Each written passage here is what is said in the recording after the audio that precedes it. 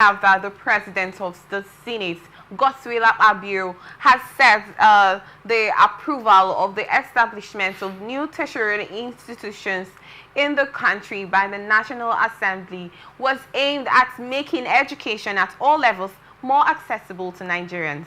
Akpabio spoke at the weekend at the opening ceremony of the public hearing organized on bills seeking for the establishment of Federal Polytechnic Onueke Eza South in Ebonyi State and Alvan Ikoku Federal University of Education, Owerri in Imo State respectively, organized by the Senate Committee on Tertiary Education and TET Fund at the Senate wing of the National Assembly in Abuja. Senate President said the gathering reflected the shared commitment of the Senate and other critical stakeholders to fostering inclusive and sustainable development through education.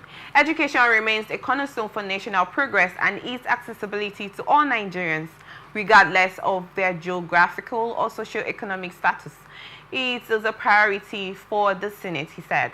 He said that the Senate and the House of Representatives, in concurrence with each other's bill by lawmakers from both chambers, have continued to approve the establishment of more tertiary institutions in different geopolitical zones of the country. Well, we were just talking about education, and moving forward, we have another case here from the House of Representative, National House of Assembly. Having coming to an agreement to open more tertiary institutions in the country. And then you talked about the primary and the tertiary level, which is more important. I would love to get your thoughts about this. Do you think this is a good idea from Nass? Well, ordinarily, it would be a good idea. You see this? I tell you this. If there's a leprosy in the family, you can't discuss the issue of ringworm. You understand it? The simple question I will ask, it's so sad, and I have to say this, that the National Assembly of Nigeria has abandoned the people that it claimed to represent and pursuing their agenda. I'm telling you, this thing you are seeing, they are targeting phone. Nothing more than that. Just anywhere. It's just like, I will say this to you. I use an example. You know what the present president did in Lagos in expanding the bracket of taxation? That is what he is expanding, because you can't give what you don't have. Now, these people, all they are after is what they can do to get money into their pockets. So nothing more than that. I'm going to cut you short a bit, yes. Barrister. You said they're trying to this particular decision they took right here to open more tertiary institution is to get money in their pocket, according to you. Yes. It is not for the benefit of Nigerians, like they stated. What is the quality of the existing ones? Globally, you heard of some schools, some high-profile schools, right? Oxford, name them, all over the world. They rather expand them and improve on the quality. Let me say this to you. Some people may not pay attention to this. If you get to the university today, I left the university in 1997. Recently, I had to move to the university. I want to do something. I stood at the gates of the university. I just stood and watched, and something told me that there is danger ahead. Which university, if I may ask? Well, I wouldn't want to mention. And it's all over. Because you have graduates, first-class materials, and all. Till now, this is 21st century. Majority of the people who attend the university, their mindset is to come out and apply for job, and they will tell you that they have ability to work under pressure. They are team players, not job creators. That is sad. That's the reality that is on the ground. Now, the question is this. Is this issue the most important thing that Nigerians need? Because Nigerians will tell you that grammar is not spoken on empty stomach. You are talking about expansion of the gate of the DC. There are far more important things that are plaguing Nigerians. So you're not disputing the fact I'm not disputing that it's a good idea. It's a good idea, but priority. In matter of priority, yes. So more like scale of preference. Yes. Which one comes in first? Which one comes in first? Okay. Is this the most important thing to Nigeria in the light of current economic realities? Because I can tell you, Nigerians are dying out of hunger. Let me say this to you. For the first time since I was born, this is the first time I am watching with my eyes open, see foreign companies closing down and leaving Nigeria. The first time I'm seeing it happen. And if you are familiar with international economics, like it's just like somebody staying on a skyscraper. The person has an advantage over somebody who is living on the ground floor. Yes. He can tell you that there is a danger, that rain is coming from a distance. If you take his advice, that is how I look at these foreign investors when they were living in Nigeria. You had of Shell and the rest of them moving offshore, leaving this environment. You had of all the funny things that were happening, that our leaders were selling our crude oil in advance, that is selling our future in advance and all whatnot. Yet, Nigeria has comparative economic advantage, like the economic holocaust that is plaguing and pushing Nigerians into tight corner. It does not perturb, it does not touch the National Assembly members. Do you think they are not aware of what is happening to Nigerians? And most people don't even have money to buy drugs because of the realities on the economic scale. Now, even if you have money to buy drugs without good food, you are committing suicide. Because most of these drugs will feed on your intestine if you don't have good food that can sustain the drug and make it work. So, if I will ask the National Assembly, is this the priority of Nigerians, those who elected them? Because whether we like it or not, either by hook or crook, if they are there, they are there. They are our representative. Is this the most important thing? Nigeria have 4 refineries that are moribund deliberately. And we have globally recognized comparative economic advantage in the production of crude oil, which is the root of this present economic holocaust. Because few individuals, I call them criminal minds within the culture of power, have insisted that Nigeria will never refine our crude oil locally for the benefit of all Nigerians. So we have Dangote refinery working on his. What are you talking? I used to call Dangote Group. It's a monster. It's an economic monster.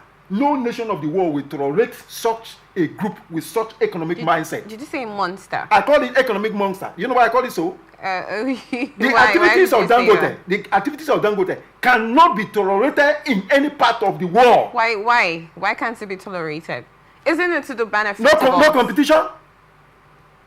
See, perhaps you do not understand. You know, when people were rejoicing that Dangote is coming up, I asked, why are our 4 refineries not working, and yet they are approving money for their refurbishment each year? And do you know that NNPC workers are paid full salaries? They are getting money for doing no work. Come on, we joke too much here. Okay, so Barrister, we have the way forward here, like you said, is we have to make priorities. I am telling them the National Assembly, which is agriculture. But in this stance right here, we have the North, the high producing agricultural commodities, products that we consume are in states of insecurity. What do you think has to be done in general about this whole situation? You get something right.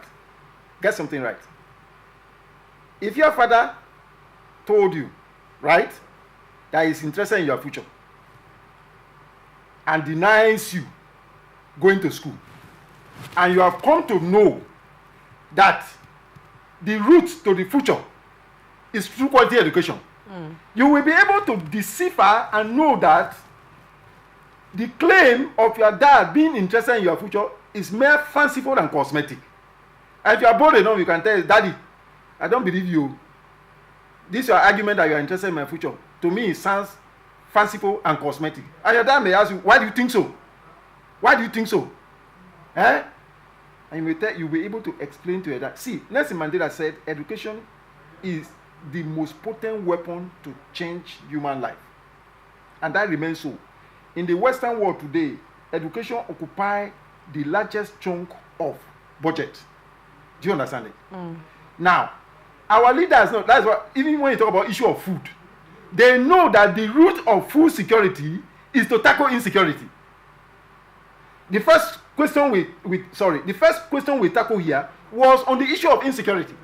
And I told you, the last one that happened, that they burnt their victims for hours. The terrorists were operating with sophisticated weapons, with impunity, and they were killing the villagers. I have told you that these foreign invaders from the Sahel that has come into Nigeria, their purpose is to take the land. Do your investigation after this program. As they wipe out these people from the village, they name it in their own language and they take over the place. That's what they are doing. Nothing more than that. And look, Nigerian soldiers, Nigerian security agents are one of the most resilient in the world. It is on record. There was a time that Oshomole moved a motion at the National Assembly that they have discovered that the security chiefs, that's their head, are diverting funds that are given to them. That you now move a motion that, look, fellow members of the National Assembly, let us play our role. There's what we call oversight function. They monitor.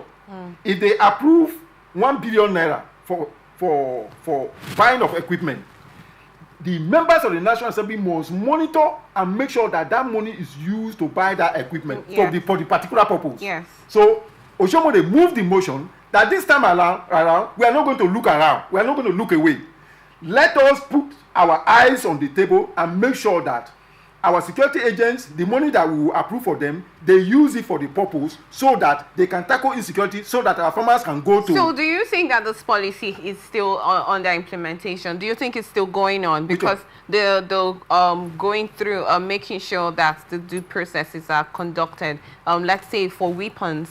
And wait now, let me arrive. Because the issue of insecurity is it's like it's a continual process. Okay. Let me arrive. Okay. The National Assembly found out that the heads of the security agents, they were diverting the money for different purposes. In fact, they mentioned particularly that some of them are using the money to set up higher institutions, private higher institutions. That was why Oshomole moved that motion. The motion was seconded, and Akpabio now called on members to vote. You know what happened? The National Assembly voted against that motion and shut it down. That is an approval for insecurity. I have told you that this is a matter that I'm familiar with. This thing I'm telling you is subject to verification. Go and find out. This happened in National Assembly this year. Yes. So when you have a situation that is in this one, that's why I was skeptical when you were talking about education. That's why I came from the angle I was coming. This is the National Assembly that is interested, because when they release this money, they share. For them to shut such a motion, that Akpabio behaved as if he was shocked. He said, look, gentlemen, let me repeat myself. He went over it the second time, and they shut it down. They voted nay. And that is the signal for the future. So you have a group of individuals who are moving to the National Assembly. That's why I told you last time that if a disaster before members of the National Assembly, Nigerians will rejoice. If they cannot ask themselves such critical question, or if you hear that a member of the National, look at when the chief of staff died. Do you understand? Yes. Check the mood of Nigerians upon all the lies they were saying. Oh, this, that. Oh, this, that. I wrote an article on it. I say, upon all the lies, upon lies, finally, they are come out to say the man that died. The man had lost it all. And our leaders have better read the handwriting on the wall, because the mind of Nigerians are migrating from them, because they have seen all their trickery, they have seen all their disinterest in what favor them. They can change national anthem within hours, but they cannot make refineries work. They cannot tell NNPCL, look, make these 4 refineries work in the interest of the people that we represent. Come on, we are joking here. Thank you very much, Barrister. The way forward is actually not instituting a new tertiary institution. It's actually a good idea if new institutions are, taken into consideration. But the way forward is to consider the main things at the moment, which are the real things that Nigerians want. First off, education. And security in the country and the necessary things that should be done.